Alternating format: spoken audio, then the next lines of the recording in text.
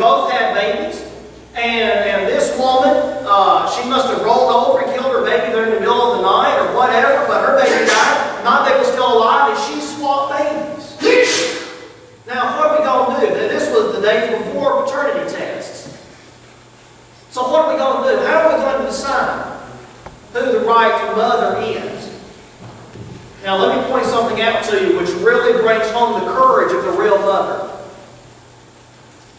The mother who took the child, if she was found guilty of taking the child, then she's guilty of kidnapping, and the penalty under the law of Moses for kidnapping was death.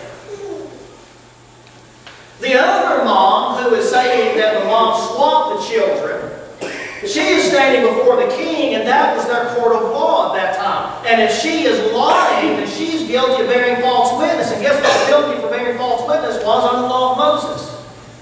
Death.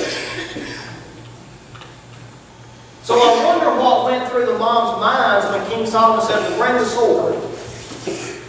One of those two mothers is guilty of death penalty.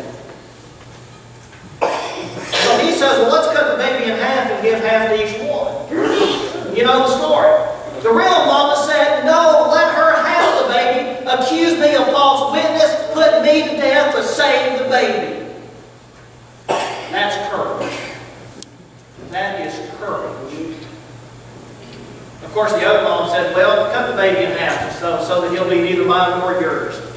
And King Solomon, in his wisdom, of course, was able to perceive who the real mother was. But that is courage. And moms, you need to have courage. It takes courage to train our children to be different from the world. It takes courage to tell the world, no, you're not going to have that kind of influence on my family. Sometimes it takes courage to tell our children, no, you're not going to do that because this is a Christian family.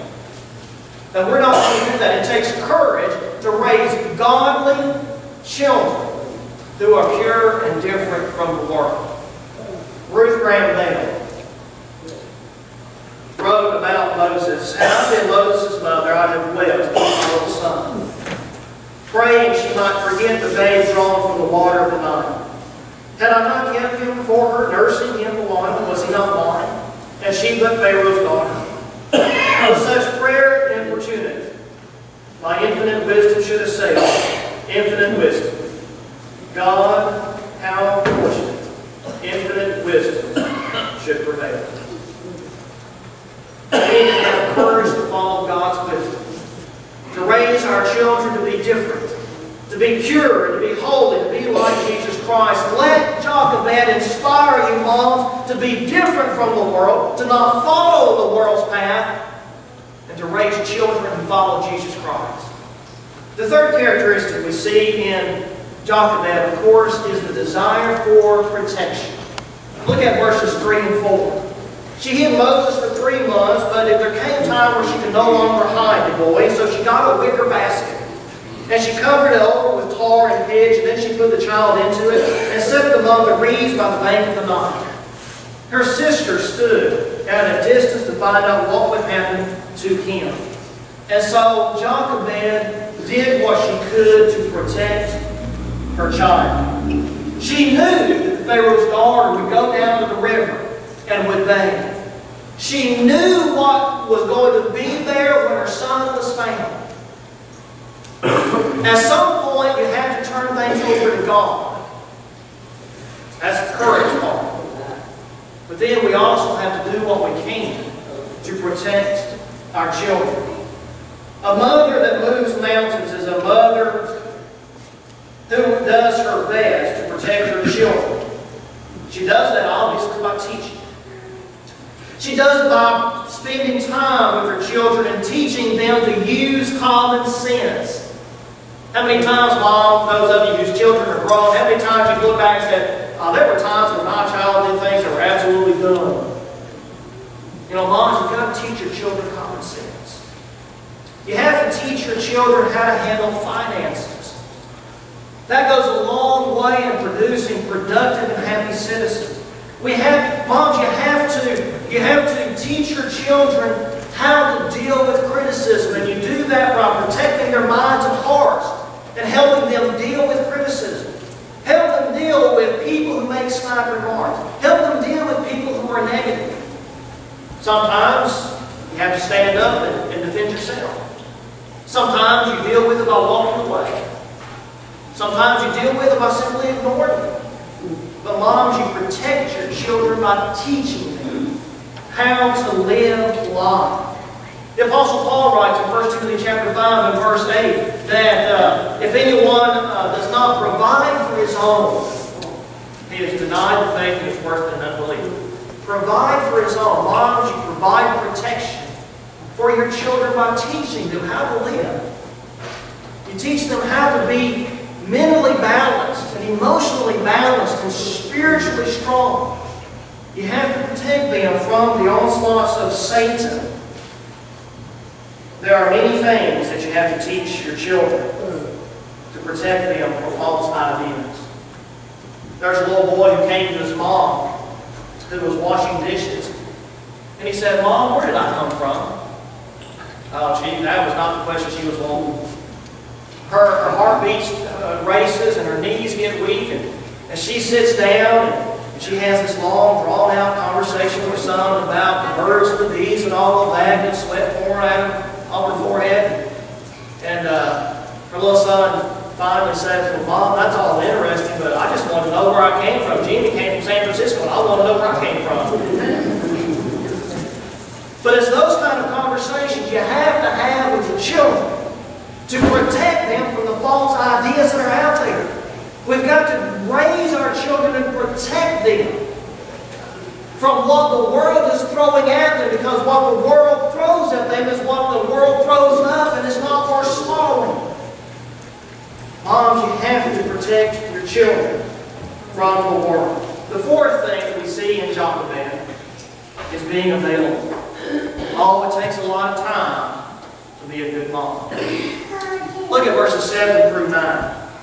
In verse 4, Jochebed had sent Mary to watch over little baby Moses as he was floating in the Nile River, to let Mama know what happens next. And so the Pharaoh's daughter comes down to bathe in the river, and she finds baby Moses. And we pick up verse 7.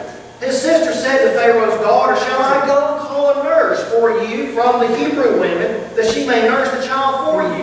And Pharaoh's daughter said to her, "Go ahead." And so the girl went, Miriam, and called the child's mother. And Pharaoh's daughter said to her, "Take this child away and nurse him for me, and I will give you your wages." And so the woman took the child and nursed him. Jochebed made herself available for Moses, for her children. Now, making yourself available, again, it takes a lot of time, it takes a lot of patience. Sometimes it's hard. When you have children that are at that age where they're going through a lot of psychological development, and they're going through that age where they're finally separating themselves in their inside from who Mama is and who Daddy is. Sometimes there's a lot of youthful immaturity that comes out during that time. But moms, you have to still make yourself available. It can be very emotionally painful to have a child who is still trying to learn how to control their own emotions. They're not very concerned about Mama's emotions. And that can be painful. But mamas, you still have to be available there for them. It takes a lot of patience to be there to help your children to grow and mature. When the children cry, they need Mama's shoulder to cry on. When they need help dealing with the world, mamas need to be there for them. When children are small, and when children are big, they never outgrow the need for Mama, even if it's just a phone call away. In fact, children will need their moms even after they grow up and they have another woman in their lives to take care of them. Mamas, you have to be available to your children, to listen to them and to teach them.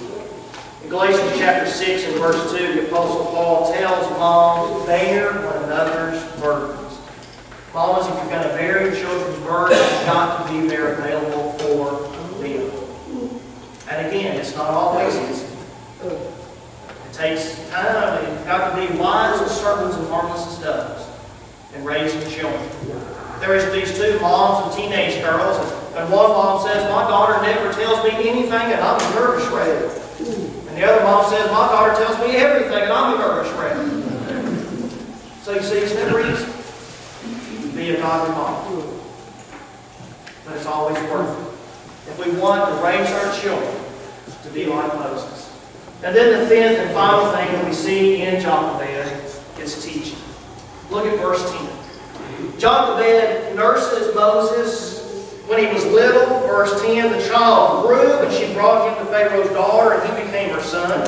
And she named him Moses, and said, because I drew him out of the water. Jochebed raised Moses to be a Hebrew first. Look at verse 11. Very next verse. Moses is now an adult in verse 11. It came about in those days when Moses had grown up that he went out to his brethren and looked on their hard labors, and he saw an Egyptian beating a Hebrew, one of his brethren. Now, when you watch the movies, The Prince of Egypt and the Ten Commandments with Charlton Heston, those movies portray Moses as finding out later in life that he's a Hebrew. But that's false. Jochebed raised Moses to be a Hebrew. Jochebed taught Moses. Here is how God created the world. Jochebed taught Moses. God chose our forefather Abraham and separated him to make him a great nation. Jochebed taught Moses. We are here in Egypt because your great-great-great-grandfather Joseph came down into Egypt and saved this land from a famine. Jochebed taught Moses all this. Moses grew up knowing that he was different from the world, that he was a follower of Jehovah God, not of the Egyptian gods. And so, moms, you have a big responsibility to teach your children. You have a big responsibility to teach your children about God. Our children need to grow up knowing that the Bible and Jesus Christ is at the center of our home. The church can help. We have an hour Bible class on Sunday morning. We have an hour Bible class on Wednesday night. We have a 30-minute sermon on Sunday morning. We have a 30-minute sermon on Sunday night. If you come to all of the services of the church, your child gets 3 hours of Bible during the week. Now, you compare that with how much they get in school, and you can see how imbalanced life is. And we take school seriously. We take our children to the store, and we get their backpacks, and we get their pencils, and we get their school supplies, and we get all this other stuff, and we make sure our children get to bed on time, we make sure they get up on time, we make sure they're at school. But what about the Bible? What about God's Word? Do we have our children reading the Bible at home? Do our children see us reading at home? Are we teaching our children the Bible? What do they see in us when Bible class is optional? What are we teaching our children when learning about the Bible is over here and reading, writing, arithmetic are over here? That's what life is about. Getting educated and getting a job. What about the Bible? Well, that's over there. That's what we do for 30 minutes on Sunday. We're not going to have Moses in our home if we don't do what Jochebed did. Teach children the Bible. Look at what the church has. Opportunities that this congregation, the Parish Church of Christ, has to assist those. The job is mom and dad's, but to assist in raising our children to be like Moses.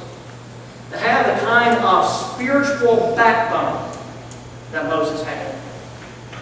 We provide all of these opportunities to help moms to teach their children the Bible. A London editor submitted to Winston Churchill for his approval a list of all of those who had been Churchill's teachers. Churchill returned the list with this comment: "You have omitted to mention the greatest of my teachers, my mother." Ephesians chapter 6 and verse 4, the Apostle Paul says to all parents, but obviously to moms because you have such an important role in your children's lives,